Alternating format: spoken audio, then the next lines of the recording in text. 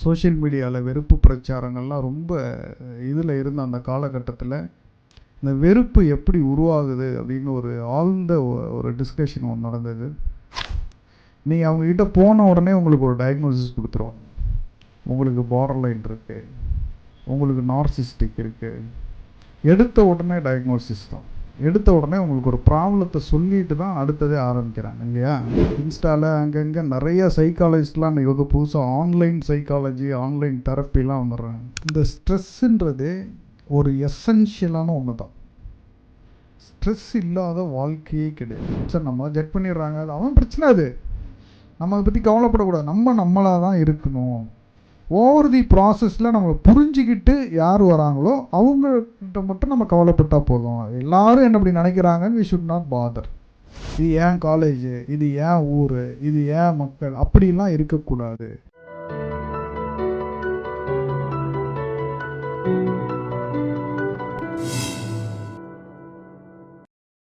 இன்றைய தலைப்பு 21ஆம் நூற்றாண்டில் இளைஞர்கள் எதிர்கொள்ளும் சவால்கள்.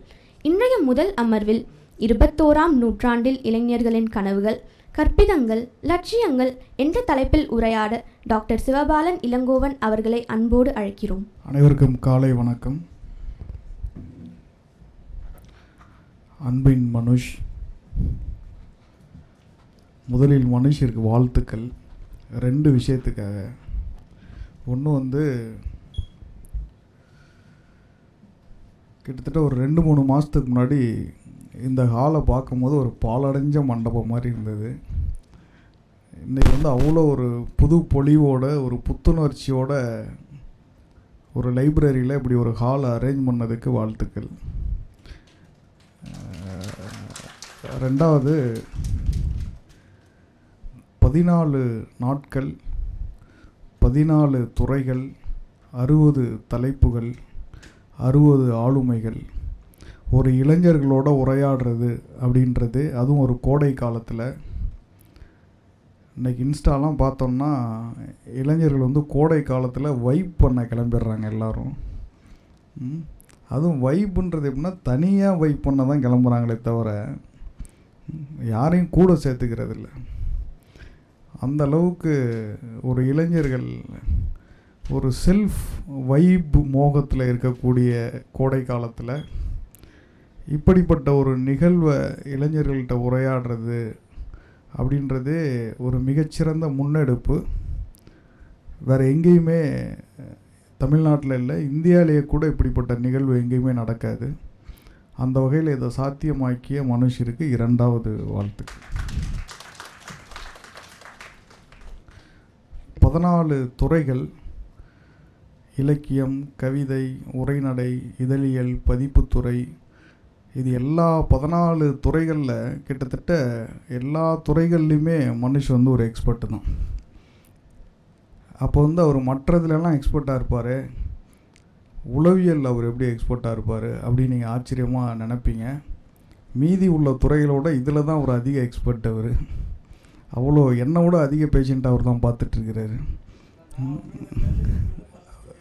பாருங்க சொல்ல. ஸோ அந்த வகையில் மனுஷ ஒருத்தரால் தான் இப்படிப்பட்ட தலைப்புகளையுமே சிந்திக்க முடியும். இன்றைக்குள்ள இளைஞர்கள் ஏற்கனவே ஒரு மதுரை புக் ஃபேர் ஒன்று பூனைன்னு நினைக்கிறேன்ல, கேட் வைப். அது இன்ஸ்டாவில் கேட் வீடியோ தான் கேட் வீடியோ, ஸ்னேக் வீடியோ தான் அதிகமாக வருது. மதுரையில் ஒரு புக் ஃபேரில் ஒரு டாப்பிக்கில் பேசணும், ஒரு கிட்டத்தட்ட 2 மணி நேரம், உயிர்மை ஸ்டாலில் இளைஞர்கள்ட்ட வெறுப்பு எப்படி உருவாகுது அப்படின்ற தலைப்பு. அது இந்த சோஷியல் மீடியாவோட அந்த ஹாஸ்டைலிட்டிஸ், சோஷியல் மீடியாவில் வெறுப்பு பிரச்சாரங்கள்லாம் ரொம்ப இதில் இருந்த அந்த காலகட்டத்தில் இந்த வெறுப்பு எப்படி உருவாகுது அப்படின்னு ஒரு ஆழ்ந்த ஒரு டிஸ்கஷன் ஒன்று நடந்தது. அப்போ நான் என்ன சொன்னேன்னா, வெறுப்பு உருவாகிறதுக்கு காரணம் என்னென்னா அறியாமை தான், இக்னோரன்ஸ். எங்கெங்கெல்லாம் அறியாமை இருக்கோ அங்கெங்கெல்லாம் வெறுப்பு வந்துடும். அப்போ இந்த அறியாமையை அகற்றணும் அப்படின்னா என்னென்னா, இன்டலெக்சுவலி இளைஞர்களை எம்பவர் பண்ணணும். எப்போ இளைஞர்கள் இன்டலெக்சுவலி எம்பவர் ஆகிறாங்களோ அப்போ இது மாதிரியான தனி மனித வெறுப்புகள், சமூக வெறுப்புகள், பாகுபாடுகள் இது மாதிரியான விஷயங்கள்லாம் அந்த சோஷியல் அட்வர்சிட்டிஸ் குறைஞ்சிரும். எப்பெல்லாம் இளைஞர்கள் இன்டலெக்சுவலி அவங்கள எக்யூப் பண்ணிக்கிறாங்களோ அந்த சொசைட்டியே ரொம்ப ஒரு ஹெல்த்தியான சொசைட்டியாக, ஆரோக்கியமான சொசைட்டியாக, இது மாதிரி வெறுப்புகள் எதுவும் இல்லாத ஒரு சொசைட்டியாக இருக்குன்ற மாதிரி டிஸ்கஸ் பண்ணோம். அப்போ இளைஞர்களை இன்டலெக்சுவலி எக்யூப் பண்ணுறதுக்கு என்ன பண்ணுறது அப்படின்றதுக்காக தான் கடந்த வருடத்தில் வந்து மாதம் ஒரு தொடர் நிகழ்வுகளை இதே அரங்கத்தில் ஏற்பாடு பண்ணி நடத்திக்கிட்டு இருந்தோம். அதோட எக்ஸ்டென்ஷனாக தான் நான் இந்த 14 நாள் ப்ரோக்ராமே பார்க்குறேன். மிக மிக முக்கியமான ப்ரோக்ராம் இது. எல்லா துறைகளுமே இதில் இருக்கிற நேரத்தில் மாணவர்கள் வந்து, அதாவது என்னென்னா, எங்கள் பேராசிரியர் வந்து அடிக்கடி சொல்லுவார், என்ன சொல்லுவார்னா, எந்த ஒரு துறையுமே படிக்க ஆரம்பிக்கும் போது எப்படி இருக்கணும் அப்படின்னா, we have to know something about everything அப்படிம்பார். அதாவது நான் இப்போ எம்பிபிஎஸ்லாம் நான் ஜாயின் பண்ணுறேன் அப்படின்னா, நான் பிஜி தான் சைக்காட்ரி பண்ணுறேன். அப்போ எம்பிபிஎஸ் படிக்கும்போது என்ன பண்ணால் எல்லா துறைகளை பற்றி எனக்கு ஒரு நாலேஜ் இருக்கணும். we have to know something about everything. அது வந்து மிக மிக அவசியமான ஒன்று. ஒரு துறையில் எக்ஸ்பர்ட் ஆனதுக்கப்புறம் என்ன வேணும் அப்படின்னா, you know everything about nothing. ஒன்றும் இல்லை அப்படின்னு சொல்கிறதுக்கு உனக்கு ஏராளமான நாலேஜ் வேணும். அப்போ எப்பயுமே இன்டலெக்சுவலாக கடைசி ஸ்டேஜ் என்னன்னா, எனக்கு என்ன, என்னோட அந்த கெப்பாசிட்டி வச்சு நான் என்ன இருக்குன்னு சொல்ல போகிறேன்றது இல்லை, உனக்கு என்ன இல்லைன்னு சொல்கிறதுக்கு நாலேஜ் வேணும். இன்றைக்கி இந்த உளவியல் துறையே நீங்கள் பார்த்தீங்கன்னா, இன்ஸ்டாவில் அங்கங்கே நிறைய சைக்காலஜிஸ்ட்லாம் இன்றைக்கி வந்து புதுசாக ஆன்லைன் சைக்காலஜி, ஆன்லைன் தெரப்பிலாம் வந்துடுறாங்க. நீங்கள் அவங்கக்கிட்ட போன உடனே உங்களுக்கு ஒரு டயக்னோசிஸ் கொடுத்துருவாங்க. உங்களுக்கு பார்டர்லைன் இருக்குது, உங்களுக்கு நார்சிஸ்டிக் இருக்குது. எடுத்த உடனே டயக்னோசிஸ் தான். எடுத்த உடனே உங்களுக்கு ஒரு ப்ராப்ளத்தை சொல்லிட்டு தான் அடுத்ததே ஆரம்பிக்கிறாங்க இல்லையா? பட் ஒரு எக்ஸ்பர்ட் என்ன பண்ணணும், இருக்குன்னு சொல்கிறதுக்கு உனக்கு இது எதுவும் எஃபர்ட் தேவையில்லை. உனக்கு இல்லைன்னு சொல்கிறதுக்கு there are lot of effort. இப்போ எங்கள் கிளினிக்கில் வந்து நிறைய பேர் வந்திருப்பாங்க. கிளினிக்கில் வந்த சில பேருக்கு கூட தெரியும், போன உடனேயுமே யாரையுமே நாங்கள் எதுவும் நீ நார்மலாக இருக்கிறீங்க அப்படி நினச்சி தான் எல்லாத்தையுமே நம்ம பார்க்குறோம். அப்போ ஒரு இன்டலெக்சுவலி ரொம்ப அதிகமான ஒரு ஸ்டேட்டுக்கு போகும்போது என்னென்னா, you should know everything about nothing. அப்போ you should know everything about நத்திங்னா என்ன வேணும், எல்லாத்த பற்றியும் உங்களுக்கு தெரிஞ்சிருந்தால் தான் உனக்கு ஒன்றும் இல்லைன்னு சொல்ல முடியும். உனக்கு எதுவுமே தெரியலன்னா வரவங்கள்ட்ட உனக்கு இது இருக்குப்பா அப்படின்னு சொல்லிடலாம். அப்போ இளைஞர்களோட அல்டிமேட் இன்டலெக்சுவல் ஒரு கோல் என்னன்னா, எல்லா துறைகள்லையுமே you know something about everything.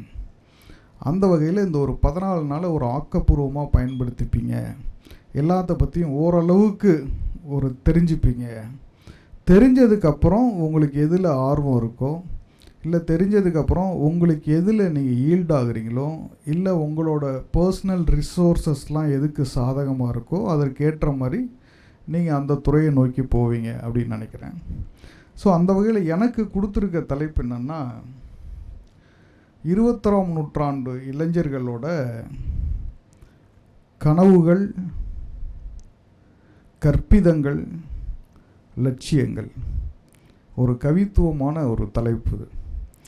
ஆனால் என்னென்னா, இதில் வந்து மோர் அகாடமிக்காக பேச வேண்டியிருக்கு. ஒரு ஒரு ஒரு லிட்ரரியை வந்து ஒரு அகாடமிக்கலாக எப்படி எடுத்துகிட்டு போகிறது அப்படின்றதே ரொம்ப ஒரு சேலஞ்சிங்கான ஒன்று தான். ஸோ அதனால் அடுத்த கொஞ்சம் சில ஒரு நிமிடங்களுக்கு, ஒரு 30-40 நிமிடங்களுக்கு நான் இதோட ஒரு அவுட்லைனை உங்ககிட்ட சொல்கிறேன். அதற்கப்புறம் நம்ம இது ஒரு உரையாடலாக, ஒரு கேள்வி பதிலாக எடுத்துகிட்டு போகலான்னு நினைக்கிறேன். ஸோ இந்த லிட்ரரி டைட்டில் கனவுகள், கற்பிதங்கள், லட்சியங்கள், இதை வந்து லிட்ரரியாக நீங்கள் பார்க்குறதுக்குன்னா ஒரு மனுஷ் மாதிரி 1000 கவிதைகள் அதில் எழுதலாம். பட் ஒரு அகாடமிஷியனாக இதில் எப்படி பார்க்குறேன் அப்படின்னா, அந்த கனவுகள், கற்பிதங்கள், லட்சியங்கள் இதை நான் வந்து அப்படியே டீகோட் பண்ண முடியாது, டீகன்ஸ்ட்ரக்ட் பண்ண முடியாது இந்த வார்த்தைகள். இப்போ 21ஆம் நூற்றாண்டு இளைஞர்களோட கனவுகள் என்ன அப்படின்னா, இப்போ வந்து ஒரு மோட்டிவேஷ்னல் மாதிரி உன்னை எது தூங்க வைக்கிறது கனவு இல்லை, தூங்காமல், ஸோ இது மாதிரியெல்லாம் நம்ம ஒரு நான் எக்ஸிஸ்டென்ஷியலாக இதில் பேச முடியாது இல்லை. அப்போ மோர் ஃபேக்சுவலாக பேசணும் அப்படின்னா, இது ஒரு கனவு வந்து கனவு அப்படின்ற அந்த அர்த்தத்தில் எடுத்துக்க முடியாது. பட் நான் ஒரு அகாடமிக்கலாக இதை எப்படி எடுத்துக்கிறேன்னா, 21ஆம் நூற்றாண்டு இளைஞர்களின் ஆசைகள் அப்படின்னு எடுத்துக்கலாம். கனவை வந்து நான் ஒரு ஆசையாக இந்த இடத்துல டீகன்ஸ்ட்ரக்ட் பண்ணுறேன். அதே மாதிரி கற்பிதங்கள் அப்படின்னா என்னன்னா, இந்த காலத்து இளைஞர்களோட நம்பிக்கைகள், கருத்துக்கள், எண்ணங்கள் என்னவா இருக்குது அப்படின்னு எடுத்துக்கிறேன். லட்சியங்கள் அப்படின்றத எதிர்காலம் தொடர்பான அவங்களோட திட்டங்கள் என்னவா இருக்குது, எதிர்காலம் தொடர்பான முடிவுகள் எடுக்கிறதுக்கு எதெல்லாம் காரணமாக இருக்குது அப்படின்ற மாதிரி இந்த தலைப்பை வந்து நான் ஓரளவுக்கு ஒரு டீகன்ஸ்ட்ரக்ட் பண்ணிக்கிறேன். கனவுகளை ஆசைகளாக எடுத்துக்கிறேன், கற்பிதங்களை இப்போ உள்ள இளைஞர்களோட நம்பிக்கைகளாகவும் எண்ணங்களாகவும் எடுத்துக்கிறேன், லட்சியங்களை எதிர்கால திட்டங்களாக எடுத்துக்கிறேன். இதில் என்ன சார் இருக்குது, இதில் ஒன்றும் சொல்கிறதுக்கு ஒன்றும் புதுசாக இல்லையே, என்ன ஆசையில் போய் நீங்கள் என்ன பேச போகிறீங்க, இல்லை ஒரு நம்பிக்கைகளில் என்ன போய் புதுசாக இருக்க போகுது அப்படின்னா, இன்றைய காலத்து இளைஞர்கள்கிட்ட இந்த 3 ஏரியாவில் நடந்திருக்கக்கூடிய மாற்றங்கள் தான் இன்றைய கால இளைஞர்களோட அத்தனை சிக்கல்களுக்கும், அத்தனை சவால்களுக்கும், அத்தனை குழப்பங்களுக்கும், அனைத்து வகையான உளவியல் பிரச்சனைகளுக்குமே இந்த 3 விஷயங்களில் போன தலைமுறை இளைஞர்கள்ட்ட இருந்ததோட என்னென்னலாம் இவங்ககிட்ட மாற்றங்கள் இருக்குது, அதுதான் அவங்களுக்கு வந்து ஒரு சிக்கல்களாகவும் சவால்களாகவும் இன்றைய நவீன காலத்து பிரச்சனைகளாகவும் மாறி இருக்கு. அப்போ ஆசைகள் அப்படின்னா, ஒரு ஆசைகள் அப்படின்றது என்னென்னா, எப்பயுமே ஆசைகள்ன்றது ஒரு டைனமிக்கான ஒன்று. நான் 10 வயசில் ஒரு விஷயத்தை ஆசைப்பட்டிருப்பேன், 15 வயசுல ஒரு விஷயத்தை ஆசைப்பட்டிருப்பேன், 20 வயசில் ஒரு விஷயத்தை ஆசைப்பட்டிருப்பேன். நான் 10 வயசில் ஆசைப்பட்டது வந்து ஒரு 30 வயசில் என்னடா இதுக்கெல்லாம் நம்ம ஆசைப்பட்டிருக்கோமே அப்படின்ற மாதிரி நினப்போம். ஸோ ஆசைகள் அப்படின்றதே அது ஒரு என்ன ஒரு ஒரு ஒரு ரியாலிட்டி, ஒரு யதார்த்தத்துக்கு வந்து அது நெருக்கமாக இருக்கணும்னு அவசியம் இல்லை. எனக்கு எதோ பண்ணணுன்னு ஆசையாக இருக்கலாம், பட் ரியாலிட்டியில் நான் ஆசைப்படுறது எல்லாத்தையுமே நான் பண்ணுறது கிடையாது. நான் பல விஷயங்களை வந்து நான் தவிர்த்துறேன். ஏன்னா இது யதார்த்தத்தில் என்னோடய ஆசைகளை நான் செயல்படுத்தும் போது அது எனக்கோ மற்றவர்களுக்கோ ஏதோ ஒரு பாதிப்பு வருது, இல்லை அந்த ஆசைகள் வந்து ஒரு டிஸ்ப்ரப்போர்ஷனேட்டாக இருக்குது, இல்லை இன்அப்ராப்ரியேட்டாக இருக்குது அப்படின்னா நான் ஆசைகளை தவிர்த்துறேன் நான். ஆனால் நவீன கால இளைஞர்கள் இருக்காங்க இல்லையா, அவங்களோட ஆசைகளை யதார்த்தத்தோடு ரொம்ப நெருக்கமாக வச்சுக்கிறாங்க. அவங்க அதுதான் அவங்களோட ஆசைகள் தான் ரியாலிட்டின்னு நினச்சிக்கிறாங்க. அவங்களோட ஆசைகள், அதாவது அந்த ஒரு ஒரு ஐடியலிசத்துக்கும் ஒரு யதார்த்தத்துக்கும் ஒரு ரியாலிட்டிக்கும் இடையிலான அந்த இடைவெளி வந்து இன்றைக்கி வந்து குறைஞ்சிருக்கு. அப்போ என்னோட நடவடிக்கைகள் அனைத்தையும் என்னோட ஆசைப்படி தான் நான் செய்யணும் அப்படின்ற மாதிரியான ஒரு அந்தளவுக்கு இது ஒரு ரியாலிட்டியோட நெருக்கமாக இருக்கிறாங்க. அந்த பவுண்ட்ரிஸ் குறைஞ்சிருக்கு. இப்போ இது சொல்கிறதே ஒரு குழப்பமாக இருந்தால் கூட ஒரு சின்ன ஒரு உதாரணத்துக்கு சொல்கிறேன்னு வச்சுக்கலாம். இப்போ இப்போ சமீபத்தில் நான் ஒரு கணவன் மனைவியை பார்க்குறேன். அவங்களுக்கு வந்து கல்யாணம் ஆகி ஒரு வருடத்துக்குள்ளே தான் இருக்கும். கணவனுக்கு என்னென்னா, அவன் வந்து யூஎஸ்லலாம் போயிட்டு இன்ஜினியரிங்லாம் படிச்சுட்டு ஒரு நல்ல ஐடி துறையில் இருக்கிறான். ஸோ நல்ல வேலையில் இருக்கிறான், சம்பளத்தில் இருக்கிறான்னு நினச்சி நம்ம அவங்களுக்கு வந்து கல்யாணம் பண்ணி கொடுக்குறாங்க. அவன் என்ன பண்ணுறான், வேலையை விட்டு வந்து நான் ஊரில் விவசாயம் பண்ணுறது தான் என்னோடய ஆசை அப்படின்னு அவன் என்ன பண்ணுறான், கொடைக்கானல் பக்கத்தில் ஒரு கிராமத்துக்கு நான் விவசாயம் பண்ணுறேன்னு போகிறான். அப்போ வந்து அந்த மனைவி சொல்கிறாங்க, இல்லை இது நடைமுறைக்கு இது சரி வராது, அப்போ நான் வந்து இதற்கான ஒரு தகவமைப்பு, நான் மெட்ராஸில் ஒரு ஐடி துறையில் நான் வேலை பார்த்துக்கிட்டு இருக்கிறேன், என்னால் அவ்வளோ தூரம் கிராமத்துலலாம் வந்து இருக்க முடியாது, அப்படின்னா நீ மெட்ராஸில் தனியாக இருந்துக்க, நான் போய் கொடைக்கானலில் எனக்கு பிடிச்ச விவசாயத்தை பண்ணுறேன். அப்போ என்னோட இந்த தனிப்பட்ட ஆசைகள் இது வந்து ரியாலிட்டிக்கு எவ்வளோ விலை இருக்குது, அது வந்து என்னை சார்ந்தவங்களை எந்த அளவுக்கு தொந்தரவு பண்ணுது, அப்போ என்னோட நீடித்த ஒரு லாங் டேர்மான லைஃப்பில் இது என்னென்னலாம் பாதிப்புகளை ஏற்படுத்துது, எதை பற்றி எனக்கு கவலை இல்லை, எனக்கு இதை பிடிச்சிருக்கு, நான் செய்கிறேன். முந்தைய தலைமுறை ஒரு 80களில் 90களில் இருந்த இளைஞர்கள் எல்லா மனசுலேயும் 1000 ஆசைகள் இருக்கும். எந்த ஆசையுமே நடைமுறையில் பண்ணுறதே கிடையாது. நீங்கள் ட்ரிப்ளிகன்லாம் போய் பார்த்தீங்கன்னா ஏகப்பட்ட பேர் மேன்ஷனில் அந்த காலத்தில் தங்கியிருப்போம். அவன்லாம் என்ன பண்ணுவான்னா, வீட்டுக்கு முதல் பையனாக இருப்பான், அவனுக்கு பின்னாடி 4 தங்கச்சி இருப்பாங்க, 3 தங்கச்சி இருப்பாங்க. அவங்களுக்கெல்லாம் கல்யாணம் பண்ணுன்றதுக்காக தனியாக உட்காந்து உழைச்சி பணம் அனுப்பிச்சு அவன் கடைசி வரைக்குமே கல்யாணமே பண்ணிக்காமல் இருப்பான். அவன் மனசில் ஏராளமான ஆசைகள் இருந்திருக்கும், ஏராளமான தவிப்புகள் இருந்திருக்கும். பட் அந்த ஆசையை ரியாலிட்டியில் பொருத்தி பார்க்க முடியாது. அப்படி என்னோட தனிப்பட்ட ஒரு ஆசைகளுக்காக வாழக்கூடிய ஒரு இனம் மனித இனம் கிடையாது. நான் மற்றவர்களுக்காக வாழணும், என்னை சார்ந்தவர்களுக்காக வாழணும், என்னோட சார்ந்தவர்களுக்காக நான் எனக்கு பிடிச்சதெல்லாம் விட்டு தரணும் அப்படின்ற ஒரு ஒரு ஒரு கருத்தோட்டம் வந்து அந்த காலத்தில் இளைஞர்கள்ட்ட இருக்கும். இன்றைய இளைஞர்கள்கிட்ட இன்றைய இளைஞர்கள் நான் சொல்லும்போது என்னென்னா, நான் இதை ஒரு ஒரு பொதுப்படையாக ஒரு ஜென்ரலைஸ் பண்ணுற மாதிரியான ஒரு தோற்றம் இருக்கும். அப்படி கிடையாது. எல்லா இளைஞர்களையுமே நான் சொல்கிறது கிடையாது. ஒரு பொதுவான ஒரு ஒப்பீனியனை தான் சொல்கிறேன். சார் நான்லாம் அப்படி இல்லை சார், நான்லாம் எப்படிப்பட்டா, அப்படி ஒரு எக்ஸப்ஷன்ஸ் இருக்கலாம். அதை வந்து நான் குறையாக சொல்ல கிடையாது. பட் பொதுவாக இன்றைய இளைஞர்கள் கிட்ட அவங்களோட கனவுகளில், கற்பிதங்களில், லட்சியங்களில் ஏற்பட்டிருக்கக்கூடிய பொதுவான மாற்றங்களை பற்றி தான் ஒரு அகாடமிக்கலாக பேசிகிட்டு இருக்கேனே தவிர, இதில் லாட் ஆஃப் எக்ஸப்ஷன்ஸ் இருக்கலாம். அதனால் இல்லை எனக்கு தெரிஞ்சவங்க அப்படி இருந்தாங்க, நான் அப்படி இல்லை அப்படின்ற மாதிரியான எக்ஸப்ஷனை விட்டுறலாம். அவங்க இருக்கிறது நல்லது தான். பட் பொதுவான மாற்றங்கள் இதையுமே நான் குறையாக சொல்ல வரல.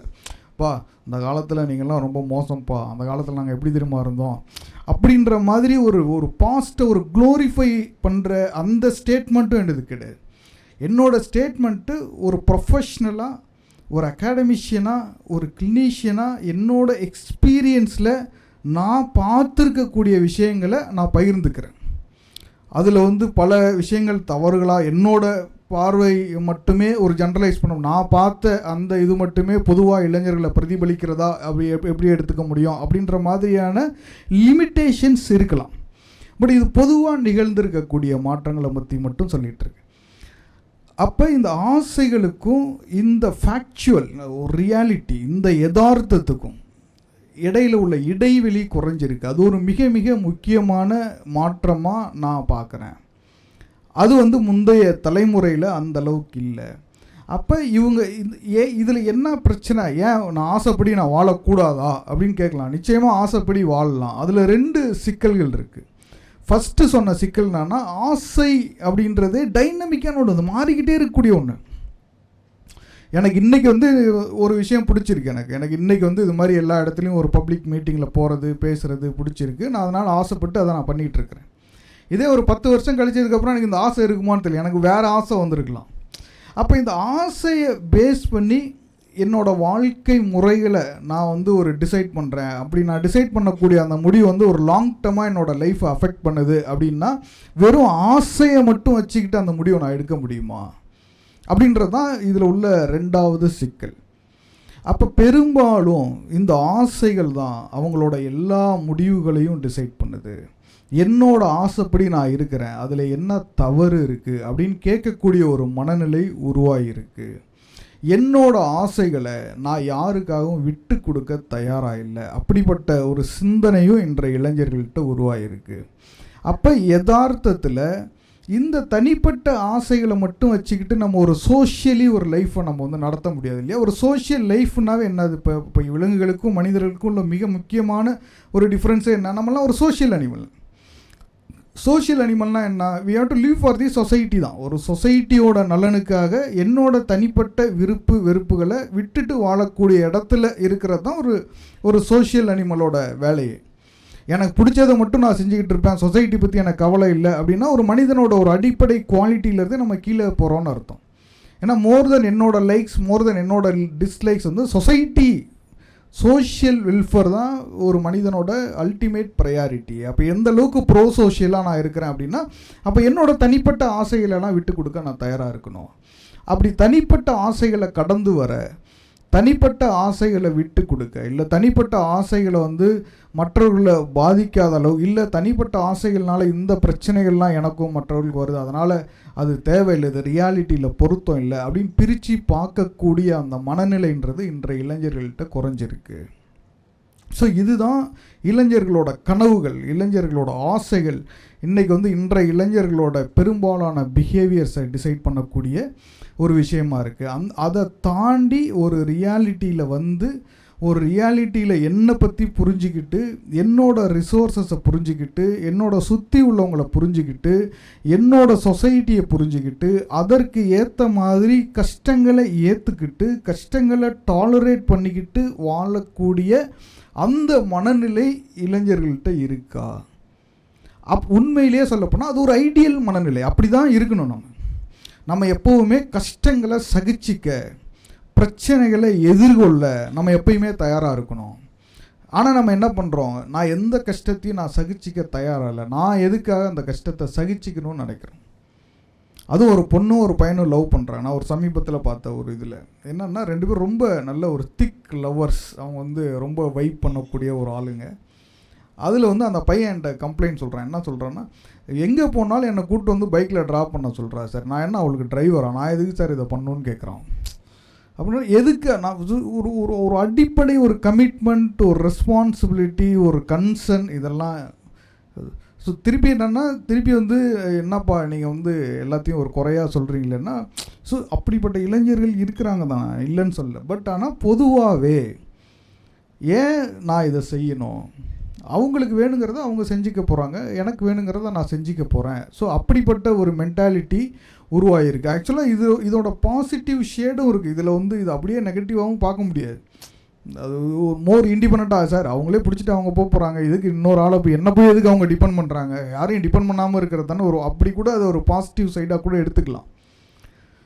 பட் இந்த சிந்தனை போக்கு இன்றைக்கி உருவாகிருக்கு. அது ஒரு முக்கியமான விஷயம் கனவுகளில். 2வது இன்றைய இளைஞர்களோட கற்பிதங்கள். இந்த கற்பிதங்கள் அப்படின்றத இன்றைய இளைஞர்களோட எண்ணங்கள், இன்றைய இளைஞர்களோட நம்பிக்கைகள் அப்படின்னு நான் அதை டீகன்ஸ்ட்ரக்ட் பண்ணிக்கிறேன், அந்த கற்பிதங்கள்ன்ற ஒரு பொய்டிக்கான வார்த்தையை. அப்போ இன்றைய இளைஞர்களோட நம்பிக்கைகள், பொதுவாக ஒரு நம்பிக்கை எதை வச்சு உருவாகணும் இல்லையா? எனக்கு ஒரு எண்ணம் இருக்குது அப்படின்றது வேறு, நான் இதை நம்புகிறேன் அப்படின்றது வேறு. நான் நினைக்கிறது எல்லாமே உண்மையாக இருக்கணும்னு அவசியம் கிடையாது இல்லையா?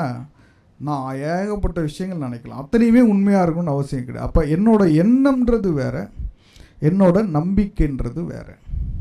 எப்போ ஒரு எண்ணம் ஒரு நம்பிக்கையாக உருவாகுது, 2 விஷயத்தினால ஒரு எண்ணங்கள் ஒரு நம்பிக்கை. எனக்கு இந்த எண்ணம் இருக்குது, நான் இப்படிலாம் நினைக்கிறேன், நான் இப்படியெல்லாம் நம்புகிறேன், இது 2த்துக்கும் டிஃப்ரென்ஸ் இருக்குது. அப்போ நான் நினைக்கிறேன்றதுலேருந்து நான் இதை நம்புகிறேன் அப்படின்ற அந்த இடத்துக்கு வரோம் இல்லையா? அதை 2 விஷயம் டிசைட் பண்ணுது. ஒன்று என்னோட முந்தைய எக்ஸ்பீரியன்ஸ், நான் ஏற்கனவே இதெல்லாம் பார்த்துருக்கேன் சார், இப்படி தான் நடந்திருக்கு, அதனால் இப்படி தான் நடக்கும் நான் நம்புகிறேன். ஸோ என்னோடய பர்சனல் எக்ஸ்பீரியன்ஸை வச்சுக்கிட்டு, இல்லை மற்றவர்களோட எக்ஸ்பீரியன்ஸை வச்சுக்கிட்டு கூட நான் என்னோடய எண்ணத்தை ஒரு நம்பிக்கையாக மாற்றலாம். இதுதான் ஆரோக்கியமாக ஒரு நம்பிக்கை உருவாகக்கூடிய ஒரு வழி. 2வது என்னன்னா, என்னோட அறிவு. எந்த ஒரு சம்பவமும் எந்த ஒரு ஃபேக்டையும் அந்த ஃபேக்டை அப்படியே எடுத்துக்கிட்டு நான் கண்ணை மூடி நம்புறதில்லை. என்னோட அறிவு இருக்கு இல்லையா, அந்த அறிவுன்றது வெறும் எஜுகேஷன் வழியாக வரக்கூடிய அறிவு மட்டும் கிடையாது. எல்லாம் தர்க்க ரீதியான அறிவு, ஒரு சோஷியல் ரீதியான அறிவு, என்னோட அனுபவ அறிவு. ஸோ எல்லாமே என்னோட அந்த இன்டலெக்சுவல் ஒரு அந்த அறிவை வச்சுக்கிட்டு நான் அந்த ஃபேக்ட் என்ன பண்ணுறேன், அனலைஸ் பண்ணுறேன். அனலைஸ் பண்ணதுக்கப்புறம் அதற்கப்புறம் ஓகே இது உண்மையா இல்லையா அப்படின்ற ஒரு முடிவுக்கு வரேன். பொதுவாக எல்லா நம்பிக்கைகளும் இப்படி தான் உருவாகும்.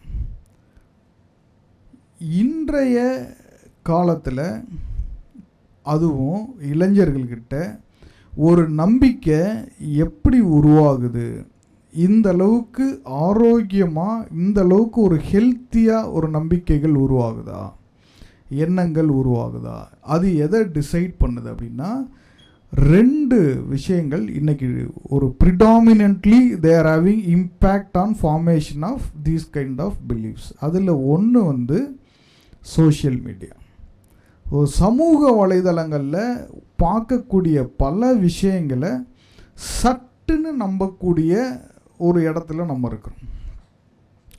அது அது எண்ணம் ஒரு நம்பிக்கையாக மாறக்கூடிய அந்த ப்ராசஸ் இருக்கு இல்லையா, அந்த ப்ராசஸ் எதுவுமே கிடையாது.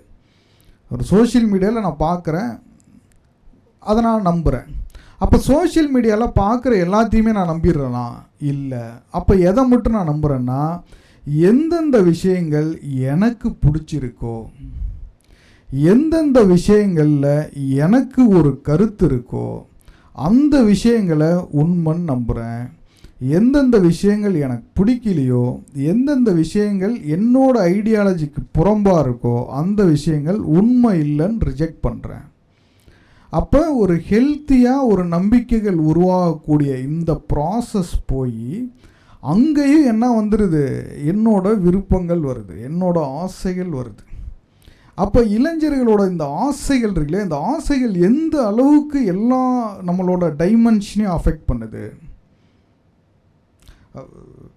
அதாவது இளைஞர்கள் எதிர்கொள்ளும் சவால்கள், அதற்குரிய தீர்வுகள் அப்படின்ற ஆஸ்பெக்டில் இதை நான் பேசுகிறதுனால இந்த விஷயங்கள்லாம் சுட்டி காமிக்கிறேன்.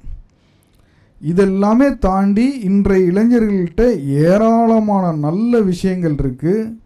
மற்ற முந்தைய தலைமுறை இளைஞர்கள் இன்றைய தலைமுறை இளைஞர்கள்கிட்ட பலவிதமான மாற்றங்கள் இருக்குது. அது எல்லாமே அப்ரிஷியேட் பண்ணக்கூடிய பல விஷயங்கள் இருக்குது. அதுக்கு நான் ஒரே இந்த பிரச்சனைகள்லாம் சொல்லிகிட்டு இருக்கிறதுனால என்னப்பா இவர் எங்களை குறையே சொல்லிகிட்டு இருக்கிறாரு அப்படி அதை பார்க்க தேவையில்லை. என்னோட டைட்டிலே என்னென்னா இளைஞர்களோட சவால்கள் அதோட தீர்வுகள் அப்படின்னு வரதுனால என்னோட அனுபவத்தில் எது எதெல்லாம் இளைஞர்கள்ட்ட பிரச்சனைகளாக இருக்கலாமோ அதை மட்டும் சுட்டி காமிச்சிக்கிட்டு வரேன். அதனால் இதுக்கு பேர் ஒரு பிளேமிங் ஆட்டிடியூட் இல்லை, இதற்கு பேர் ஒரு பூமர்த்தனம் கிடையாது. என்னப்பா நீங்கள்லாம் அந்த காலத்து ஆளுங்க அப்படியும் அதை நம்ம பார்க்க தேவையில்லை. ஒரு ப்ரொஃபஷ்னலாக ஒரு ஒரு ஒரு அகாடமிக்கெல்லாம் ஒரு டிஸ்கஸ் பண்ணும்போது ஸோ இது எல்லாமே ஒரு பிரச்சனைகளை ஏற்படுத்தலாமோ அப்படின்ற அளவுக்கு இதை இந்த டிஸ்க்ளைமருக்கே ரொம்ப நேரம் ஸ்பெண்ட் பண்ணிகிட்டு இருக்கிறேன்னு நினைக்கிறேன் நான். ஏன்னா எனக்கே உள்ளுக்குள்ளே என்னப்பா ஒரே நெகட்டிவாக பேசிகிட்டு இருக்கோமே அப்படின்ற மாதிரி தாட் வருது. ஸோ இப்போ என்ன சொல்ல வரேன், அப்போ அந்த தனிப்பட்ட ஆசைகள் அந்த விருப்பங்கள் அது எங்கெங்கெல்லாம் இம்பேக்ட் பண்ணுது. அப்போ நம்மளோட நம்பிக்கைகள் உருவாகிறதுல கூட அதோட இம்பேக்ட் இருக்குது. அப்போ இந்த அனலைட்டிக்கல் கெப்பாசிட்டி, ஒரு விஷயத்தை நான் முழுக்க என்னோட அறிவை வச்சுக்கிட்டு எந்தவித எமோஷ்னல் பயாஸும் இல்லாமல் அது என்ன, அதில் என்ன நடந்திருக்கலாம், என்ன நடந்திருக்க வாய்ப்பு இருக்குது, இதை சொல்கிறதுக்கு பின்னாடி உள்ள அவங்களோட நோக்கங்கள் என்ன, எதற்காக இந்த விஷயம் சொல்லப்படுது, எதற்காக இந்த விஷயம் பரப்பப்படுது, இது பரப்புங்களோட நோக்கம் என்ன, சொல்கிறவங்களோட நோக்கம் என்ன, இந்த விஷயம் என்ன மாதிரியான தாக்கங்களை ஏற்படுத்தும், அதோட இம்பேக்ட் சொசைட்டியில் எப்படி இருக்கும். ஸோ இந்த அளவுக்கு ஒரு ஒரு ஒரு ஒரு இன்ஃபர்மேஷனை அனலைஸ் பண்ணி நம்ம அதை ஏற்றுக்கிறோம் இல்லையா, அது இல்லை. எனக்கு பிடிச்சிருக்கு, என்னோட ஒத்த கருத்துனா என்னோட கருத்தும் இது ஒன்றா தான் இருக்குது, அப்போ இது உண்மையாக தான் இருக்கும். இல்லை இது என்னோடய கருத்துக்கு வேறு மாதிரி இருக்குது, இது அப்போ உண்மையாக இருக்காது. ஸோ அப்புறம் சோஷியல் மீடியாவோட அந்த வைரல் தன்மை இருக்குல்லையா, அந்த இன்டென்சிட்டி ஆஃப் அந்த சோஷியல் மீடியா இருக்குல்லையா, அது நம்மளோட நம்பிக்கைகளை டிசைட் பண்ணுது, அது என்னோட எண்ணங்களை டிசைட் பண்ணுது, அது என்னோட விருப்பங்களை டிசைட் பண்ணுது. அதுதான் ஒரு பிரச்சனையே. இப்போ இன்றைய இளைஞர்கள்ட்ட நிறைய பேர்கிட்ட இப்போ என்னோட கிளினிக்கில் இல்லை பல இடங்களில் பார்க்கக்கூடிய இடங்கள்லாம் உனக்கு என்ன பிடிக்கும்ப்பா அப்படின்னு கேட்டால் கூட அவங்களுக்கு என்ன பிடிக்குன்றது அவங்களுக்கு தெரில. ஆனால் என்ன சொல்லுவாங்கன்னா, என்ன சொன்னால் எனக்கு பிடிக்குமோ அதை சொல்லுவாங்க. அப்படி தான் நம்ம நடந்துக்கிறோமே. நிறைய இடத்துல இப்போ யாராவது கேட்குறாங்கன்னா, அப்பா உனக்கு என்னப்பா பிடிச்சிருக்கு அப்படின்னா, என்ன சொன்னால் அவங்களுக்கு பிடிக்குமோ அதை தான் சொல்கிறோமே தவிர எனக்கு என்ன பிடிக்கும். அப்போ திருப்பி என்ன அது பாருங்கள், அந்த ஆசைகள் சொல்கிறேன் இல்லையா, எனக்கு என்ன ஆசைன்னு கூட எனக்கு தெரியாது. ஆனால் ஏதோ ஒரு விஷயத்தை நான் ஆசைப்படுறதா நானே நம்புகிறேன். அப்படி நான் நம்பக்கூடிய ஆசைகள் என்ன பண்ணுது, என்னோட நம்பிக்கைகளை டிசைட் பண்ணுது. அப்படி நான் நம்பக்கூடிய ஆசைகள் என்ன பண்ணுது, என்னோட பிஹேவியரை டிசைட் பண்ணுது. அதுதான் என்னோட தாட் ப்ராசஸை டிசைட் பண்ணுது. இந்த நம்பிக்கைகள்ன்றது எந்த அளவுக்கு முக்கியம், எதெல்லாம் நான் நம்புகிறேனோ நான் அப்படி தான் நடந்துக்கிறேன். என்னோட பிஹேவியரே என்னோட நம்பிக்கைகள் தான், என்னோட எண்ணங்கள் தான் டிசைட் பண்ணுது இல்லையா. அப்போ இந்த எண்ணங்களை எது டிசைட் பண்ணுது, என்னோட விருப்பங்கள் டிசைட் பண்ணுது. என்னோட விருப்பங்கள் என்ன, மற்றவங்களுக்கு என்ன பிடிக்குமோ அதுதான் என்னோட விருப்பம். என்னோட விருப்பம் என்ன எனக்கு தெரியலையே. ஸோ அந்த அளவுக்கு ஒரு கிளாரிட்டி கிடையாது. அப்போ பெரும்பாலான நேரங்களில் என்னோட விருப்பம் முதற்கொண்டு அத்தனையும் ஒரு சோஷியல் மீடியா டிசைட் பண்ணக்கூடிய இடத்துல இருக்கிறதுனால அதுதான் என்னோட எண்ணங்களையும் நம்பிக்கைகளையும் கலர் பண்ணுது. அதனால் என்ன ஆகுது, ஒரு இன்ஃபர்மேஷனை ஒரு அனலைசிஸ் பண்ணி புரிஞ்சிக்கக்கூடிய அந்த ஒரு ஒரு பக்குவம் இருக்கு இல்லையா, அது குறைஞ்சிருக்கு. எது சொன்னாலும் ஈஸியாக உங்களை நம்ப வைக்க முடியும். என்ன சொன்னால் நீங்கள் நம்புவீங்கன்னு தெரிஞ்சிருச்சுன்னா அதை ஈஸியாக சொல்லி நம்ப வச்சிடலாம். ஸோ அந்த அளவு ஏன் இது காரணம் என்னது, அப்போ இன்டலெக்சுவல் வேக்கம் தான், என்னோட அறியாமை தான் அது காரணம். அப்போ அறியாமைனா என்ன, அறியாமை உலக அறிவு எனக்கு இல்லை அப்படின்றதா, அப்போ அந்த அறியாமை இல்லை, உங்களை பற்றியே உங்களுக்கு தெரியல, ஒரு செல்ஃப் அவேர்னஸே உங்களுக்கு கிடையாது. இன்றைய இளைஞர் உங்களுக்குன்னா இந்த மீன்ஸ் என்ன, அது திருப்பி டிஸ்க்ளைமருக்கு போக வைக்காதீங்க, எனக்கே ஒரு கில்ட் வந்துடும் இப்போ. ஸோ இன்றைய இளைஞர்களோட செல்ஃப் அவேர்னஸ், எனக்கு என்ன பிடிக்கும், என்னோட பொட்டன்ஷியல் என்ன, என்னோட வீக்னஸ் என்ன, நான் எதுக்கு கவலைப்படுவேன், எதுக்கு நான் கவலைப்பட மாட்டேன், எதுக்கு சந்தோஷப்படுவேன், அந்த செல்ஃப் அவேர்னஸே ஒரு அன்பயாஸ்டாக இல்லை. என்னோட பொட்டன்ஷியல் என்னன்னு எனக்கு தெரியறதில்லை, என்னோட வீக்னஸ் என்னன்னு எனக்கு தெரியறதில்லை. இது எல்லாத்தையுமே ஏதோ ஒரு வகையில் இது எதுவுமே எனக்கு ஒரு அறியாமை இருக்கிறதுனால என்ன பண்ணுது, சோஷியல் மீடியா ஈஸியாக இதில் இன்ஃப்ளூயன்ஸ் பண்ணிடுது.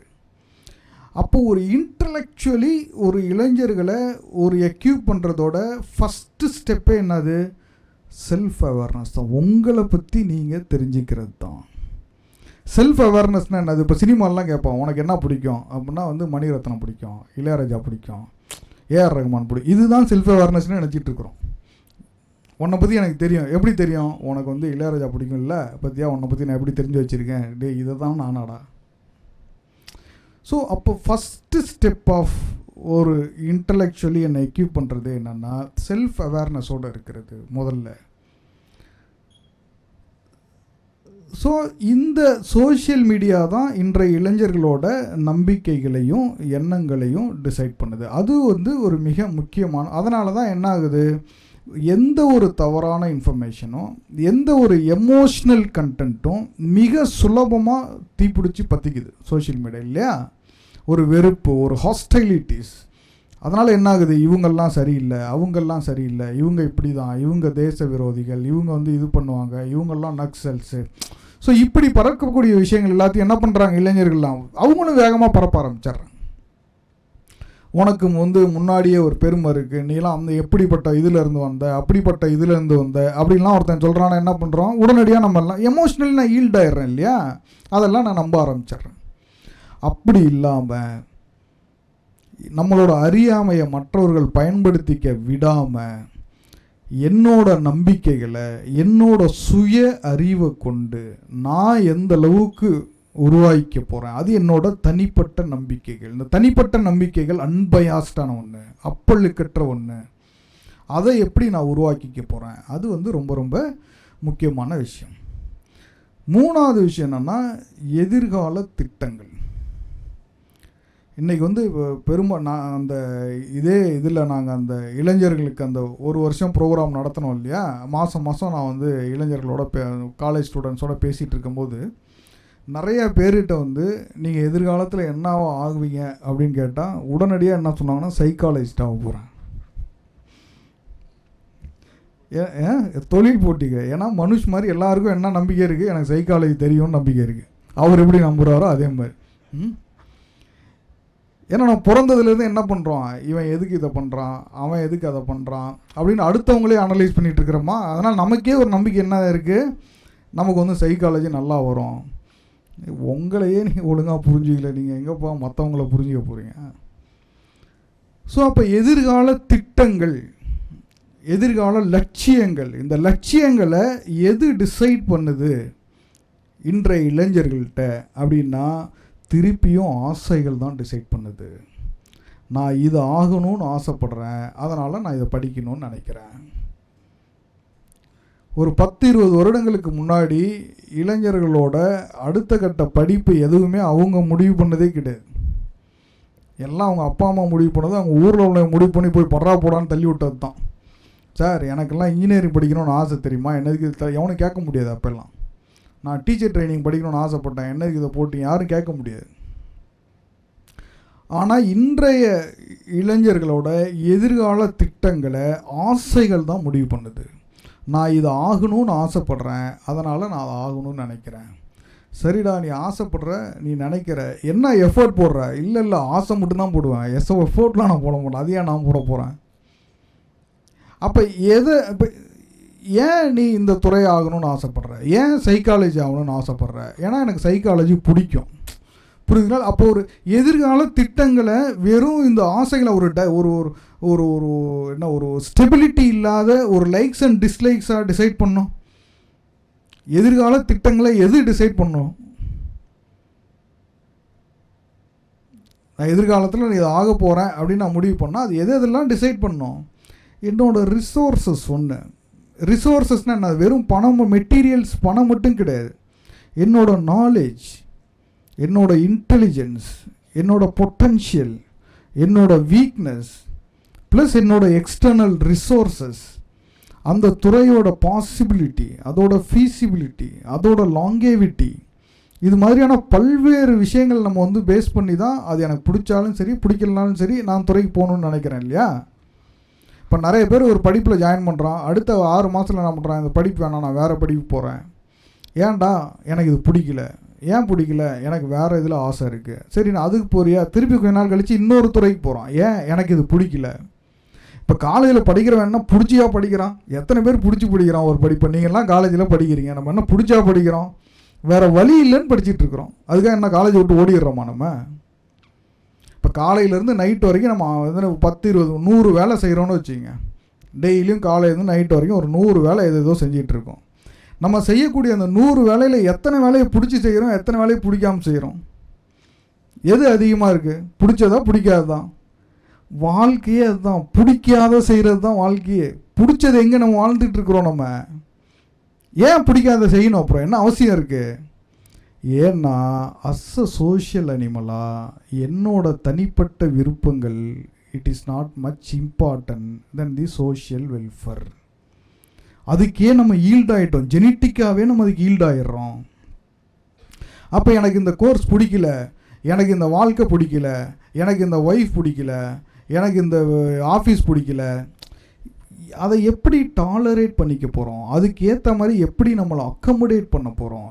ஏன் இந்த பிடிக்கலன்னு வருது? அப்போ என்னோட தனிப்பட்ட விருப்பு வெறுப்புகளுக்கு நான் அந்த அளவுக்கு இம்பார்ட்டன்ட் கொடுக்குறேன்.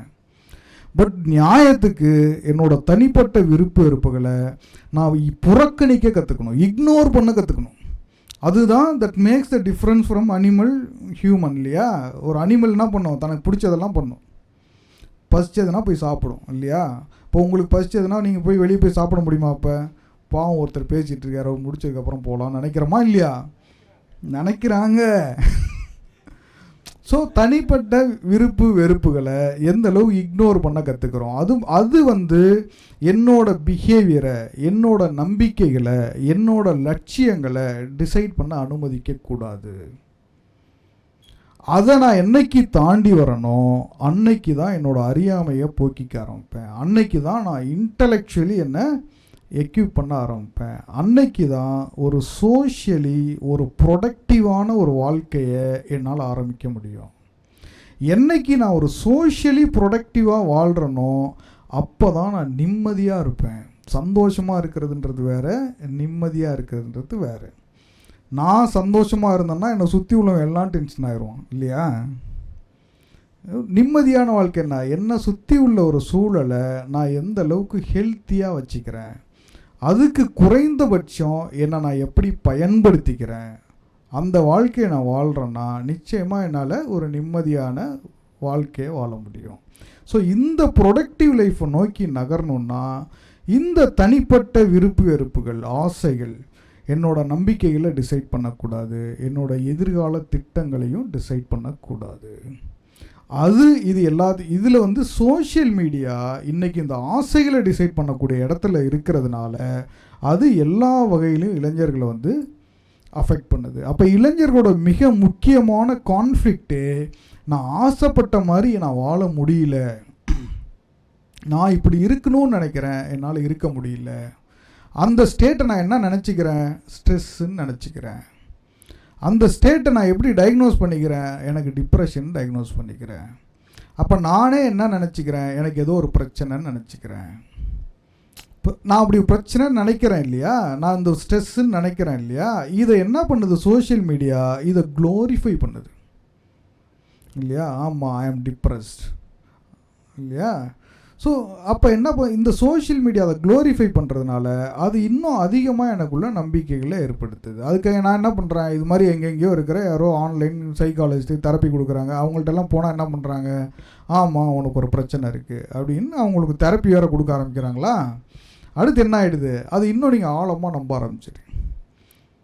அப்போ ஏதாவது ஒரு பிரச்சனை, ஏதாவது ஒரு சிக்கல் வந்தால் கூட என்ன நினைக்கிறீங்க, நான் தான் சரியில்லை, அதனால தான் இதெல்லாம் நடக்குதுன்னு நினைக்கிறீங்க இல்லையா. அந்த அசர்ட்டிவ்னஸ் போயிடுது. அதனால் என்ன பண்ணுறீங்க, எல்லா இடத்துலையும் ஈல்ட் ஆகுறீங்க. அதுதான் பெரும்பாலான இளைஞர்களோட பிரச்சனைகளுக்கு காரணமாக இருக்குது. உண்மையான டிப்ரெஷன்றது வேறு, அது நிச்சயமாக உங்களை எப்படியாவது ஒரு இடத்துல வந்து கூட்டிகிட்டு வந்துடும். பட் இதெல்லாமே அன்றாட வாழ்க்கையில் என்னோட தனிப்பட்ட விருப்பு வெறுப்புகளுக்கு இடையில் வரக்கூடிய முரண்பாடுகள், நடைமுறை வாழ்க்கைக்கும் இதுக்கும் இடையில் இருக்கக்கூடிய இந்த முரண்பாடுகள் தான் இத்தனை சிக்கல்களுக்கும் காரணமாக இருக்குது.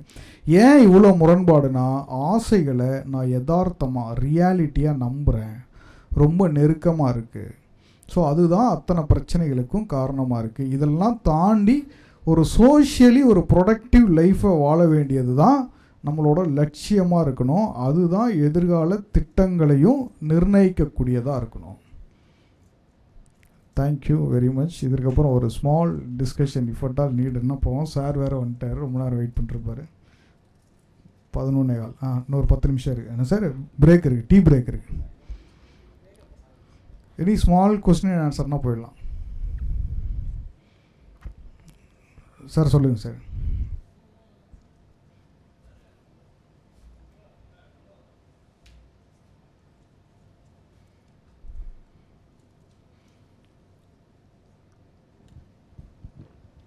Thank you sir for your continuous focus on the, அதாவது ஃபஸ்ட்டு எண்ணங்கள், ஆசைகள்லேருந்து எண்ணம், அதுக்குண்டான அந்த கேப்பை எப்படி ரியாலிட்டி பேஸ் பண்ணி அதுக்கடுத்து எதிர்கால திட்டங்களை எப்படி வந்து ஆசைகள் வந்து தீர்மானிக்குது அப்படின்றது சொன்னீங்கல்ல. மெயினாக வந்து டிஃப்ரென்ஸ் வந்து என்னென்னா, இந்த 21ஆம் நூற்றாண்டுன்றத ஒரு லைன் எடுத்துட்டோம்னா மற்றது எல்லாமே லீனியராக இருக்கும். ஸோ பிடிக்காப்படியே அந்த பழைய ஜெனரேஷன் பீப்புள்ஸ். ஸோ இப்போ இருக்கிற காம்படேட்டிவ் இன்டெலிஜென்ஸ் எராவில் இப்போ வந்து நாலேஜ், இன்டலெக்சுவல் இம்பார்ட்டன்ஸ் சொன்னீங்க.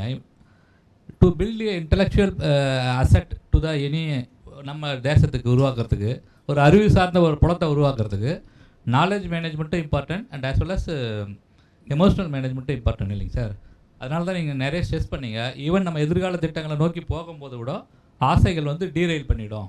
அது இட்ஸ் நாட் ஒரு டைனமிக்னு சொன்னீங்க, நல்லா ஸ்பெசிஃபிக்காக சொன்னீங்க. ஸோ இதெல்லாம் வந்து அகெயின் செல்ஃப் அசெப்டிவ் எப்படி இம்பார்ட்டன்ட் பண்ணுது, இம்பேக்ட் ஆஃப் சோஷியல் பண்ணுறது சொன்னீங்க. இப்போ என்னுடைய இதுனா சார், இந்த by considering not only the social media while setting the question paper for GRE, not only for that, அதாவது ஜிஆர்இயாக இருக்கலாம், ஒரு உயர் கல்வி நிறுவனங்கள் வெளியிலையும் இந்தியாவிலையும் இல்லை எதுக்காக இருந்தாலும் ஒரு ஸ்க்ரீனிங் பேட்டர்னுக்கு வந்து சார் மெயினாக வந்து ரேஷ்னல் பேஸ்டு திங்கிங், அந்த ரீசனிங் பவர் தான் நிறைய வைக்கிறாங்க. காம்ப்ரஹென்ஷன் எபிலிட்டி இதெல்லாம் வந்து கம்மியாக தான் வைக்கிறாங்க. இதாங்க madam. So rational based thinking, question based நிறைய இருக்குது. அதை பேஸ் பண்ணி நம்ம டைரெக்டாக வந்து we can't jump in to the இவர் வந்து நாலேஜபிள் அப்படின்னு இருக்க முடியாது. அதனால் என் ப்ராடக்ட்டில் வந்து போகும்போது அவங்க வந்து ஃபெயில்யூர் இந்த ஹையர் எஜுகேஷன்ஸில் நடக்குது.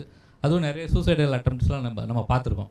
So how we can cope up with this kind of the in addition to the social மீடியாவில் இது மாதிரியான பாலிசி மேக்கிங் ஸ்கீம்ஸ்லேருந்து வரக்கூடிய ஃபில்ட்ரேஷன் டெக்னாலஜிஸை எப்படி சார் அவாய்ட் பண்ணி நம்ம ஹெல்ப்ஃபுல் சொசைட்டியாக வரணும் அப்படின்னு தான் சார். இன்றைக்கி வந்து நீங்கள் ஒரு 7வது 8வது புக்கை எடுத்து ஹிஸ்ட்ரி புக்கை பார்த்தீங்கன்னா தெரியும் உங்களுக்கு. நீங்கள் ஏதோ கரிக்குலமில் ரேஷ்னல் திங்கை ப்ரொமோட் பண்ணணுன்னு போடுறீங்க. ரேஷ்னலாகவே திங்க் பண்ணக்கூடாதுன்னு நினச்சி கரிக்குலம் டிசைட் பண்ணுற மாதிரியான ஒரு சூழல் தான் இன்றைக்கி இருக்குது. ஒரு மைத்தாலஜியை ஒரு ஹிஸ்ட்ரின்னு கொடுத்து ஹிஸ்ட்ரி புக்கில் போடக்கூடிய 7வது 8வது பசங்களுக்கு வந்து நிச்சயமாக எல்லாம் சில்ட்ரன் தான். அவங்களுக்கு எது ரியாலிட்டி எது ஃபிக்ஷனல் எதுவுமே தெரியாது இல்லையா. ஸோ ஒரு கரிக்குலமே ரேஷ்னல் திங்கிங் இருக்கக்கூடாதுன்னு நினைக்கக்கூடிய ஒரு சூழல் இன்றைக்கி உருவாகிருக்கு. இன்றைக்கி மெடிக்கல் கரிக்குலமே பார்த்திங்கன்னா ஒரு செல்ஃப் ஒரு லேர்னிங்கே இருக்கக்கூடாது. மெடிக்கல் கரிக்குலமே நிறைய சேஞ்சஸ் ஏற்படுத்தியிருக்கான். என்னன்னா அவனே சில விஷயங்கள் சொல்கிறான், இதை மட்டும் தெரிஞ்சுக்கிட்டு போனால் போதும், நீ தனியாக யோசிக்க வேணும்னு அவசியம் இல்லை. அப்போ வந்து ஒரு ஆன் தி ஹோல் ஒரு லார்ஜர் எக்ஸ்டென்ட்டில் ஒரு இளைஞர்களுக்குன்னு ஒரு செல்ஃப் திங்கிங் இருக்கக்கூடாதுன்னு நினைக்கக்கூடிய ஒரு சூழல் வந்து இன்றைக்கி உருவாகிட்டு இருக்க நேரத்தில், அப்போ இளைஞர்கள் தான் அவங்களே ஒரு செல்ஃப் மோட்டிவேட்டடாக இதை எல்லாத்தையுமே கற்றுக்க வேண்டிய பாரங்கள் அவங்க தலையில் தான் இருக்குது. அதனால தான் நான் என்ன இந்த ப்ரோக்ராம் ஆரம்பிக்கும் போது என்ன சொன்னேன், இப்படிப்பட்ட நிகழ்வுகள் மிக மிக முக்கியத்துவம் வாய்ந்தது. ஏன்னா அவங்களோட ஃபார்மல் எஜுகேஷனில் இதுக்கு இடம் கிடையாது. அப்போ வந்து இந்த சொசைட்டி மேலே அக்கறை இருக்கக்கூடிய ஒரு சிவில் சமூகம் இருக்கு இல்லையா, அந்த சமூகம் தான் இந்த இளைஞர்களை வந்து எக்யூப் பண்ணோம். அப்போ இது வந்து அகாடமிக்கெல்லாம் பண்ண முடியாது, அகாடமிக்கெல்லாம் அவன் பண்ணக்கூடாதுன்னு நினைக்கிறான். அப்போ இந்த சொசைட்டி மேலே அக்கறை இருக்கக்கூடிய அந்த சிவில் சமூகம் அந்த பொறுப்பை எடுத்துக்கிட்டு இந்த பியாண்ட் ஃபார்மல் எஜுகேஷனில் இளைஞர்களோட இந்த செல்ஃப் நரேட்டிவ் திங்கிங்கை, அவங்களோட அறிவை, அவங்களோட ரேஷ்னல் மைண்டை உருவாக்கக்கூடிய இடத்துல அந்த பொறுப்பை நம்ம எடுத்துக்க வேண்டியிருக்கு. அது அகாடமிக்கில் நீங்கள் எதிர்பார்க்க முடியாதுன்னு நான் நினைக்கிறேன்.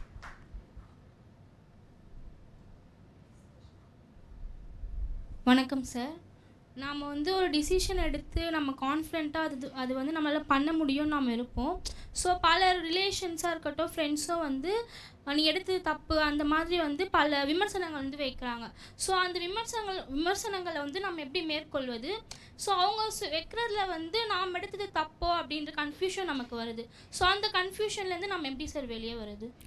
அதாவதுமா, ஒரு முடிவை எடுக்கிறதுன்றது வேற, ஒரு முடிவை செயல்படுத்துறதுன்றது வேற, அது செயல்படுத்தி அதில் சக்ஸஸ் ஆகிறதுன்றது வேறு. இது எல்லாமே 3 ப்ராசஸ் இல்லையா?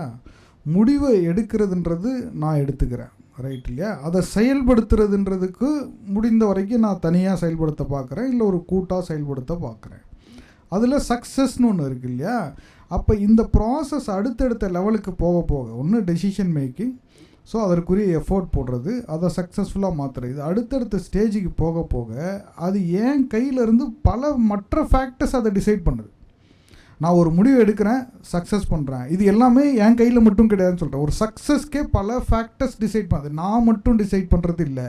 நான் ஒரு பரீட்சைக்கு படிக்கிறேன், நான் நினச்ச மார்க் வாங்கிறேன்னா இல்லை. ஏன் நினச்ச மார்க் வாங்குறேன்? அப்போ நான் சரியாக படிக்கலையா? இல்லை, நான் அதர் ஃபேக்டர்ஸ் இருக்குது அதில்.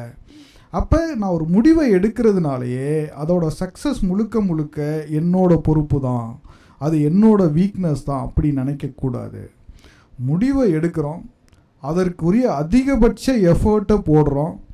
சக்ஸஸ் ஆனாலும் சரி, ஃபெயிலியர் ஆனாலும் சரி, அது மோர் தென் அதர் ஃபேக்டர்ஸ். பட் நான் ஹானஸ்ட்டாக அந்த எஃபர்ட்டை போடுறேன். இந்த ஹானஸ்ட்டாக எஃபர்ட்டை போடுறேன் இல்லையா, அது வந்து மற்றவங்கள சாட்டிஸ்ஃபை பண்ணுறதுக்கு இல்லை, என்ன சாட்டிஸ்ஃபை பண்ணுறதுக்கு. நான் ஒரு முடிவு எடுக்கிறேன், ஸோ அதற்குரிய எஃபோர்ட்டை நான் போடுறேன். எதுக்கு போடுறேன்? என்ன திருப்திப்படுத்த போடுறேன். அது சரியாக வந்தாலும் சரி தான், அது தோற்று போனாலும் சரி தான், அதை பற்றி கவலைப்படக்கூடாது. அப்போ எப்போ நீங்கள் மற்றவர்களை திருப்திப்படுத்தணும்னு நினைக்கிறீங்களோ என்ன ஆகும்? உங்களை அறியாமையே உங்கள் மேலே ஒரு எக்ஸ்டர்னல் பேர்டன் வந்துடுது இல்லையா? அப்போ உங்களால் சரியாக எஃபோர்ட்டை போட முடியாது. சரியாக எஃபோர்ட்டை போட முடியலன்னா என்ன ஆகும்? ஃபெயிலியர் ஆகிறதுக்கு வாய்ப்பு இருக்குது இல்லையா? ஸோ இது எதுவுமே நம்ம கையில் இல்லை. டெசிஷனை எடுக்கிறோம், அது சரியோ தப்போ, அது நடக்குமோ நடக்காதோ, எனக்கு பிடிச்சிருக்கு எடுத்துட்றேன். So have to put lot of effort, honest எஃபோர்ட்டை நான் அதில் போடுறேன். அது ஜெயித்தாலும் சரி தோற்றாலும் சரி, I should not try to satisfy others. நான் திருப்தியானால் போதும், அப்படி தான் அது எடுக்கும். அதான் சொன்னேன், அதான் மற்றவர்களை சாட்டிஸ்ஃபை பண்ண அவசியம் இல்லை. என்னோட எஃபர்ட்டை போடுறேன், அது அவங்கள சாட்டிஸ்ஃபை பண்ணாலும் சரி தான், பண்ணாலும் சரினா அதை பற்றி we should not bother. Sir, stress and depression இந்த 2 வேர்டும் யங்ஸ்டர்ஸ் கிட்ட என்ன மாதிரியான ஒரு இம்பேக்ட் ஏற்படுத்தியிருக்கு? அது 2த்துக்கும் இருக்க வித்தியாசம் சொன்னால் கொஞ்சம் நல்லாயிருக்கும் சார். ஏன்னா எல்லாருமே இப்போ இருக்க ஸ்டூடெண்ட்ஸாக இருக்கட்டும், இல்லை school students and college students 2 பேருக்குமே இருக்கட்டும், ஆனால் டிப்ரெஷனில் இருக்க எப்போ எடுத்தாலும் இந்த வார்த்தை தான் சொல்கிறாங்க. ஸோ அது கொஞ்சம் கிளாரிட்டி கொடுத்தா நல்லாயிருக்கும். தேங்க்யூ. என்னன்னா ஒன்று வந்து ஸ்ட்ரெஸ் அப்படின்னு இருக்கு இல்லையா? இந்த ஸ்ட்ரெஸ்ஸுன்றது ஒரு எசென்ஷியலான ஒன்று தான். ஸ்ட்ரெஸ் இல்லாத வாழ்க்கையே கிடையாது. நம்ம எதை செஞ்சாலும் அதில் ஏதாவது ஸ்ட்ரெஸ்ஸுன்றது என்னென்னா, ஒரு விஷயத்தை செய்கிறதுக்காக நமக்கு உள்ளே ஏற்படக்கூடிய ஒரு அரௌசல் ஸ்டேட். அது நான் போய் பரீட்சை படிக்கணும், பரீட்சை எழுதணுன்னா கொஞ்சம் ஸ்ட்ரெஸ்ஸாக இருந்தால் தான் என்னோடய எஃபோர்ட் அதில் நல்லாயிருக்கும். அதனால தான் பரீட்சைக்கெலாம் நம்ம படிக்காமல் இருந்தால் வீட்டில் என்ன சொல்லுவாங்க, கொஞ்சமாவது பரீட்சைன்னு பயம் இருக்கா பற்றி அவளுக்குன்னு கேட்பாங்களா இல்லையா? ஸோ இந்த மைனர் லெவல் ஆஃப் தட் ஸ்ட்ரெஸ்ஸுன்றது எதுக்கு? அது உங்களோட பர்ஃபார்மன்ஸை அதிகப்படுத்துறதுக்கு. அப்போது ஒரு ஸ்ட்ரெஸ்ஸுன்றதே ஒரு எசென்ஷியலான ஒன்று தான். பட் இது ஒரு ப்ரொலாங்டாக போய்கிட்டே இருக்குது. அது உங்களோட பர்ஃபார்மன்ஸை குறைக்குது, அது உங்களுக்குள்ளே ஒரு டிஸ்ட்ரெஸ்ஸை ஏற்படுத்துது. எப்போ ஒரு வேலை நீங்கள் செய்கிறீங்க, அது எப்போ உங்களுக்கு டிஸ்ட்ரெஸ் ஏற்படுத்தும்? வேலை நிறையா, எனக்கு ஒர்க்லோடு அதிகமாக இருக்குது அதனால் டிஸ்ட்ரெஸ் வருமா என்ன? இப்போ மனுஷுக்கு இல்லாத ஒர்க்லோடா? காலையில் 5லேருந்து நைட்டு 11 வரைக்கும் வேலை பார்த்துட்ருக்காரு இல்லையா? அப்போ எதை நான் பிடிச்சி செய்கிறேனோ அது எனக்கு ஸ்ட்ரெஸ்ஸை ஏற்படுத்துறது இல்லை. எந்த வேலையை எனக்கு பிடிக்காமல் வேறு வழி இல்லாமல் நான் திருப்பி செஞ்சிகிட்ருக்கிறேனோ, சின்ன வேலையாக இருந்தாலும் தட் வில் பிகம் ஸ்ட்ரெஸ்ஃபுல். அப்போ இது ஏன் எனக்கு பிடிக்காமல் நான் செஞ்சுக்கிட்டே இருக்கிறேன் அப்படின்ற எண்ணம் இருக்கு இல்லையா, அதுதான் ஒரு ஸ்ட்ரெஸ்ஃபுல்லாக மாற ஆரம்பிக்குது. இந்த ஓவர் த பீரியட் இந்த ஒரு ஸ்ட்ரெஸ்ஃபுல்லாகவே இருக்கும்போது டிப்ரெஷன்றது ஒரு கிளினிக்கல் கேட்டகரி. கவலை எனக்கு கவலையாக இருக்குது அது எல்லாமே டிப்ரெஷன் கிடையாது. எனக்கு தூக்கம் வரல அது எல்லாம் டிப்ரெஷன் கிடையாது. எனக்கு சரியாக நான் சாப்பிடாம அது எல்லாம் டிப்ரெஷன் இல்லை. கவலைன்றது வேறு, டிப்ரெஷன்றது வேறு. டிப்ரெஷன்றது ஒரு கிளினிக்கல் என்டைட்டி. சஃபரிங் டிப்ரெஷன்ன்றது வேறு, ஃபீலிங் டிப்ரெஷன்றது வேறு. நான் கவலையாக ஃபீல் பண்ணுறேன்றது வேறு. இந்த கவலைனால நான் சஃபர் ஆகிறேன். Over the period of time எனக்கு மனசில் இருக்கக்கூடிய இந்த கவலை, இந்த டிப்ரெஷன்னால் ஐ ஆம் சஃபரிங்னா என்ன, அது என்னோடய டே டு டே ஆக்டிவிட்டியை அஃபெக்ட் பண்ணுது, அது என்னோடய இன்டர்பர்சனல் ரிலேஷன்ஷிப்பை அஃபெக்ட் பண்ணுது, அது என்னோடய பயாலஜிக்கல் ஃபங்க்ஷனை அஃபெக்ட் பண்ணுது. இந்த அஃபெக்ட் பண்ணுறதெல்லாம் மோர் தென் பல வாரங்களாக தொடர்ச்சியாக இருந்துக்கிட்டே இருக்குது. ஸோ அதுக்கு பேர் தான் சஃபரிங். அப்படி சஃபரிங்னு இருந்துச்சுன்னா அது ஒரு கிளினிக்கல் என்டைட்டி. எனக்கு கவலையாக இருக்குது, இது செய்கிறேன் அதனால் எனக்கு கவலையாக இருக்குது, இவங்க என்னை ஏமாற்றிட்டாங்க அதனால் எனக்கு கவலையாக இருக்குது. இதெல்லாம் ஒரு அன்றாட வாழ்க்கையில் வரக்கூடிய சில நெருக்கடிகள்னால ஏற்படக்கூடிய உளவியல் மாற்றங்கள், அவ்வளோதான். இதற்கு எந்த கிளினிக்கல் வேலிடிட்டியுமே கிடையாது. But that will make us to suffer. அப்போ தான் ஒரு கிளினிக்கலாக மாறுது. அப்போ தான் யூ சீக் கிளினிக்கல் ஹெல்ப். அது ஓகே சார், என்னோட ஒரு பர்சனல் கொஸ்டின் என்னென்னா, இப்போ வந்துட்டு எல்லாமே செல்ஃப் அவேர்னஸ் இப்போ அவங்கள பற்றி தெரியாமல் இருக்காங்கன்ட்டு சொல்கிறீங்க. இது என்னோடய பர்சனல் இதில் என்னென்னா, இப்போ எனக்கு வந்துட்டு என்னோடய லிமிட் எல்லாமே தெரியுது, எனக்கு டைம் எடுக்கிறது தெரியுது. இப்போ ஒரு புது இடத்துக்கு போகிறேன், கிளாஸ் ரூம் போகிறேன்னா எனக்கு வந்து தெரியும் ரொம்ப டைம் எடுத்துப்பேன், மிங்கிள் ஆடுறேன். ஆனால் அதுக்குள்ளே யார்கிட்டையும் பேச மாட்டோம், ஒரு அலூஃப் கேரக்டர்னு ஒதுக்கி வச்சிடுறாங்க. அந்த ப்ராப்ளம் வந்துட்டு ஒரு ஃபேஸ் பண்ணுற சிச்சுவேஷனுக்கு வந்துட்டு போகிற மாதிரி இருக்குது. ஏன்னா நான் வந்து அவராக இருக்கேன், எனக்கு வந்து ஒரு டைம் இருக்கும், ஒரு 6 months ஒரு 1 year கழித்து நான் போய் பேசுவேன். அதுக்கப்புறம் ஒரு டைமுக்கு அப்புறம் போய் பேசி பழகும்போது நீயே ஓப்பன் ஆகல, நீயே முன்னாடியே ஓப்பன் ஆகிருக்கலாமே அப்படின்ட்டு சொல்கிறாங்க. ஸோ வந்துட்டு ஏன்னா என்னோட பர்சனல் டைமை எக்ஸ்பெக்ட் பண்ணாமல் நீங்கள் வந்துட்டு அவங்கள மாதிரியுமே எக்ஸ்பெக்ட் பண்ணுறது வந்துட்டு ஒரு மாதிரி ஃபீல் ஆகுது. அந்த இது கொஞ்சம் என்ன இது சொல்லுங்கள். அது உங்கள் பிரச்சனையா அவங்க பிரச்சனையா? நான் வந்து டூ சைட் சொல்லுவேன். பட் வந்துட்டு இது என்னோட அதாவது ஒருத்தரை பார்த்த உடனே அவங்க இப்படி தான் அப்படின்னு ஜட்ஜ் பண்ணுறது இருக்கு இல்லையா, அதுவே ஒரு தவறான இது தானே. ஒருத்தரை வந்து நல்லா புரிஞ்சுக்கிட்டதுக்கப்புறம் தான் நம்ம அப்பயுமே நம்மளால் ஜட்ஜ் பண்ண முடியறது இல்லையா. வருஷக்கணக்காக பழகிறோம், வருஷக்கணக்காக வாழ்கிறோம், 20 வருஷம் குடும்பம் நடத்துகிறோம், கடைசி வரைக்கும் ஹஸ்பண்ட் எப்படி ஒய்ஃப் எப்படின்னா நம்ம புரிஞ்சுக்கிறது இல்லை இல்லையா. பார்த்த ஒரு செகண்டில் எப்படி ஒருத்தரை பற்றி இவங்க இப்படி தான் ஜட்ஜ் பண்ண முடியும். அதனால் ஜட்ஜ் பண்ணுறது நீங்கள் பண்ணாலும் சரி மற்றவங்க பண்ணாலும் சரி பீயிங் ஜட்ஜ்மெண்டெல்லாம் இருக்கக்கூடாது. அதனால தான் நான் என்ன சொன்னேன், அன்பயாஸ்டாக இருக்கணும். என்ன ஃபேக்ட் அதை அப்படியே எடுத்துக்கணும். எல்லாமே ஒரு ப்ராசஸ் தான். இன்றைக்கி ஒருத்தங்க இப்படி பேசிட்டாங்க அப்படின்றதுனால அவங்க எப்பயுமே இப்படி தான் இருப்பாங்க அப்படின்னு நினைக்கக்கூடாது. ஒருத்தர் எமோஷ்னலாக இருக்கும்போது அவங்க எப்படி நடந்துக்கிறாங்க அப்படின்றத வச்சுக்கிட்டு தான் நம்ம அவங்கள ஜட்ஜ் பண்ணுறோம் இல்லையா. எமோஷ்னலாக இருக்கும்போது ஒருத்தர் நடந்துக்கிறத வச்சுட்டு வி ஷுட் நாட் ஜட்ஜ்.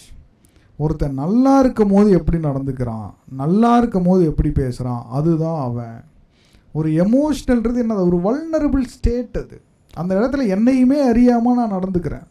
நீங்கள் அன்னைக்கு அப்படி பேசுனீங்கல்ல, அப்போ உண்மையிலேயே நீ மனசில் அப்படி தானே நினச்சிருப்ப அப்படின்னு தான் நம்ம ஜட்ஜ் பண்ணுறோம். நான் நல்லா இருக்கும்போது 1000 பேச்சு பேசுகிறேன், அதை வச்சுலாம் என்னோடய ஜட்ஜ்மெண்ட் வராது. ஸோ ஜட்ஜ்மெண்ட்டெல்லாம் இருக்கக்கூடாது. ஒருத்தரை வந்து பார்த்த உடனே அது மாதிரி முடிவுக்கு வரக்கூடாது. அது நீங்கள் பண்ணாலும் சரி மற்றவங்க பண்ணாலும் சரி, அது வந்து it is not a fair attitude. இப்போ யாரு கூடயும் நம்ம சரியாக பழக முடியாதுல்ல. அதனால் இல்லையா, அதே மாதிரி அப்படி ஜட்ஜ் பண்ணாலும் சார் நம்மளை ஜட்ஜ் பண்ணிடுறாங்க, அது அவன் பிரச்சனை. அது நம்ம அதை பற்றி கவலைப்படக்கூடாது. நம்மளாக தான் இருக்கணும். ஓவர் தி ப்ராசஸில் நம்மளை புரிஞ்சுக்கிட்டு யார் வராங்களோ அவங்கக்கிட்ட மட்டும் நம்ம கவலைப்பட்டால் போதும். எல்லாரும் என்ன அப்படி நினைக்கிறாங்கன்னு we should not bother. Sir அந்த மாதிரி நான் பாதர் பண்ணுறது இல்லை. பட் வந்து மற்றவங்க சொன்ன காம்ப்ளிகேஷன்ஸு என்ன பற்றின ஃபீட்பேக் சொன்னனால தான் இந்த மாதிரி கேட்டேன். அதேமாதிரி இப்போ ரீசெண்டாக என் ஃப்ரெண்டுக்கு அட்வைஸ் பண்ணுறது ரொம்ப எரிச்சல் கேட்டால் எனக்கு 6 மாதத்துல இப்போ ஒரு மாதிரி ஹேட் பண்ணுறாங்க, வேலையை பிடிக்கல, விட்டுடலாமா அப்படி இப்படின்னு என்கிட்ட அட்வைஸ் கேட்குறா. எனக்கு இப்போ ஃபஸ்ட்டு ஜாப்னா சரி, செகண்ட் ஜாப்னா சரி, தேர்ட் ஜாப்லாம் இப்போ ஒரு 1 yearக்குள்ளே போகும்போதுனா ஐயோ இன்னும் என் ஃப்ரெண்டே இப்படி இருக்காளே, இவகிட்ட போய் மறுபடியும் சரி விட்டுரு பார்த்துக்கலாம் அப்படின்னு சொல்கிறதுக்கு மனசு வர மாட்டேங்குது. ஏன்னா வந்துட்டு கேள்வி ஒரே சின்ன கேள்வி மட்டும் கேளுமா, அடுத்தடுத்து யாராவது கேள்வி கேட்டாங்கன்னா போட்டு முடிச்சிடலாம். இது மட்டும் லாஸ்ட் கேட்குறேன்.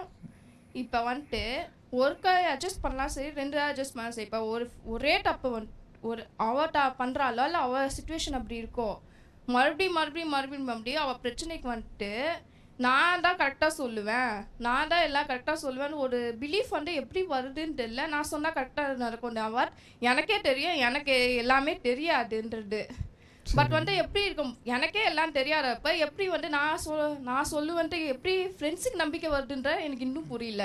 எனக்கே புரியல. அடுத்து வேறு யாராவது? சார் கேட்காத வாங்க சார், கொடுங்க மைக் கொடுமா அவருக்கு. சார் இதான் கடைசி கொஸ்டின், முடிச்சிடுவோமா சார்? சார் வணக்கம் சார். சார் சொல்லுங்கள் சார். சார் இந்த ஆசைகள் வந்து டைனமிக்காக மாறிக்கிட்டே இருக்குது. இப்போ நான் சின்ன பிள்ளையில் இருக்கிறப்பல நான் எடுத்த முடிவு இப்போ தப்புன்னு தெரியல மாறிக்கிட்டே இருக்குது. எல்லா முடிவுமே வந்து நான் உங்களை மாதிரி எடுக்க முடியாது. உங்களுக்கு இருக்கிற அறிவு மாதிரி என்னால் ஒரு தனி மனிதன் நான் வந்து அந்த மாதிரி முடிவு எடுக்க முடியாது. நல்ல கேள்வி சார். என்னுடைய நாலேஜுங்கிறது ஒரு குறிப்பிட்ட அளவு தான் இருக்குது.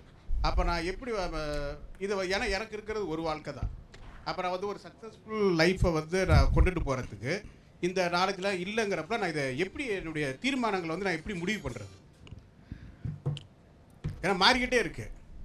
நான் இப்போ முன்னாடி நினச்சது இப்போ தப்புன்னு நினைக்கிறேன். அப்புறம் இன்னும் இப்போ எனக்கு என்ன வருது, இன்னும் நினைக்கிறது நாளைக்கு ஏதோ தப்பாக இருக்குமோ அப்படிங்கிற அந்த ஒரு இன்டெலெக்சுவல் எனக்கு இப்போ இல்லை. இப்போ எல்லாருமே அந்த மாதிரி ஒரு இன்டெலெக்சுவலாக வந்து நம்ம ஆகிறதோ இல்லை வந்து போய் அணுகிறதுங்கிறது வேறு. எப்படி நம்ம பொதுவாக வந்து நம்ம எல்லாமே வந்து சொசைட்டிலேருந்து தான் கற்றுக்குறோம். அப்போ என்னுடைய தனிப்பட்ட வாழ்க்கையை வந்து நான் எப்படி வந்து ஒரு சக்ஸஸ்ஃபுல்லாக அமைச்சுக்கிறது? ஸோ இன்டெலெக்சுவலாக சரியான முடிவு தான் எடுக்கிறாங்கன்னு நம்புறீங்களா நீங்கள்?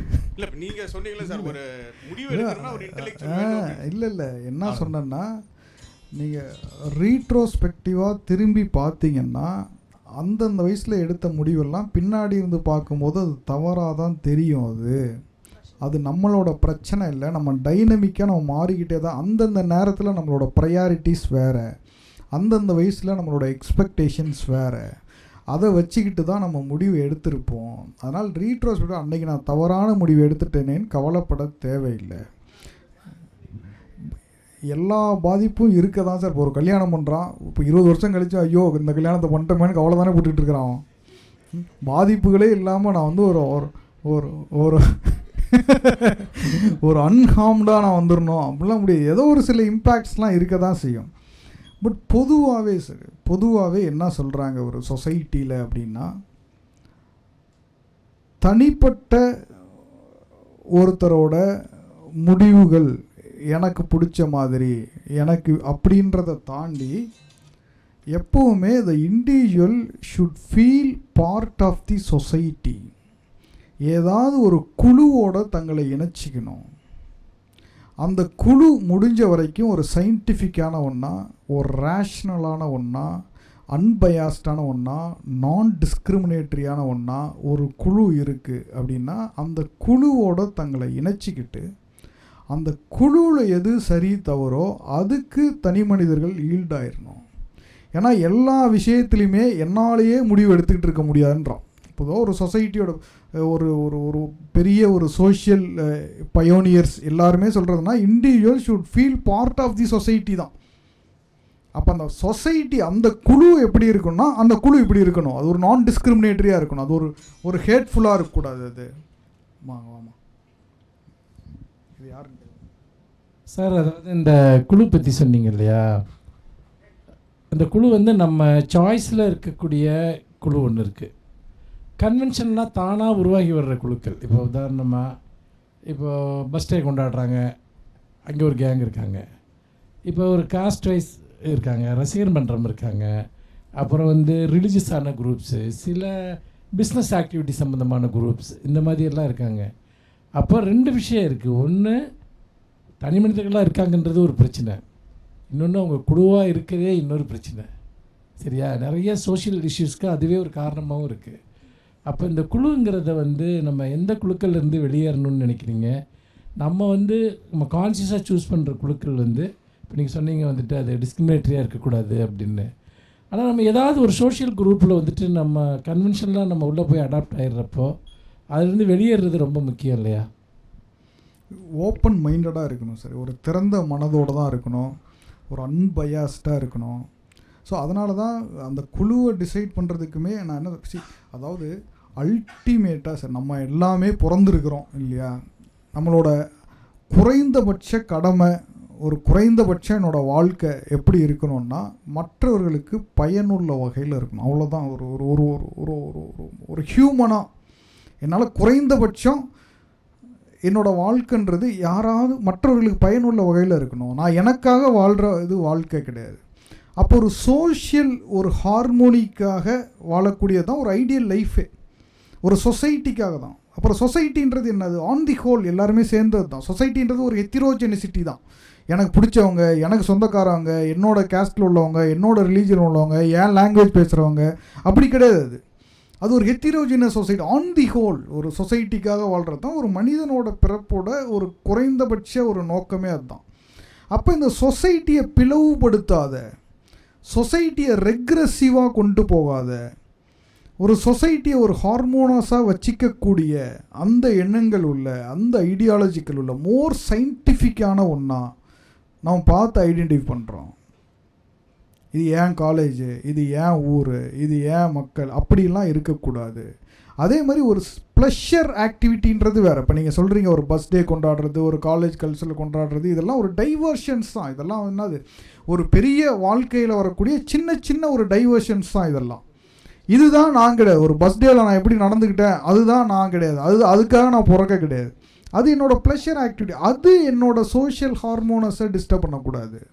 அப்போ என்னோட இந்த மாதிரியான சின்ன சின்ன டைவர்ஷன், சின்ன சின்ன நான் இதிலெல்லாம் ப்ளஷராக என்கேஜ் பண்ணிக்கிறனோ அது யாரையும் அஃபெக்ட் பண்ணக்கூடாது. அப்படின்ற ஒரு குறைந்தபட்ச இதோட we have to attach with some society and we have to move on. அப்படி தான் ஒரு சொசைட்டியே ப்ராக்ரஸ் ஆகும். அப்போ தான் ஒரு சொசைட்டி என்ன தான் ஒரு பிளவுபடுத்தக்கூடிய சக்திகள் இருந்தாலும் இளைஞர்கள்ன்றவங்க ஒரு சொசைட்டியை அடுத்தடுத்த கட்டத்தில் எடுத்துகிட்டு போகிறதுக்கு இப்படிப்பட்ட ஒரு இதோடு சேர்ந்து நம்ம இருக்கும் போது தான் we can move the society step forward அப்படின்னு நினைக்கிறேன். முடிச்சிடலாமா சார்? அனைவருக்கும் நன்றி, குறிப்பாக மனோஜ்க்கு நன்றி. சார் வந்திருக்காரு. சார் மிக மிக முக்கியமான சைக்கியாட்ரிஸ்ட் இன்றைக்கி தமிழ்நாட்டில், என்னோட சீனியர் சார். சார் நிச்சயமாக உங்களுக்கு ஒரு நல்ல விதமான ஒரு திறப்புகளை ஏற்படுத்துவார்னு நினைக்கிறேன். Thank you very much. தொடர்ந்து உயிர்மை டிவியோட வீடியோஸை பார்க்க சேனலை சப்ஸ்கிரைப் பண்ணுங்கள். உடனடி அப்டேட்ஸை பெற பெல் ஐக்கானை ப்ரெஸ் பண்ணுங்கள்.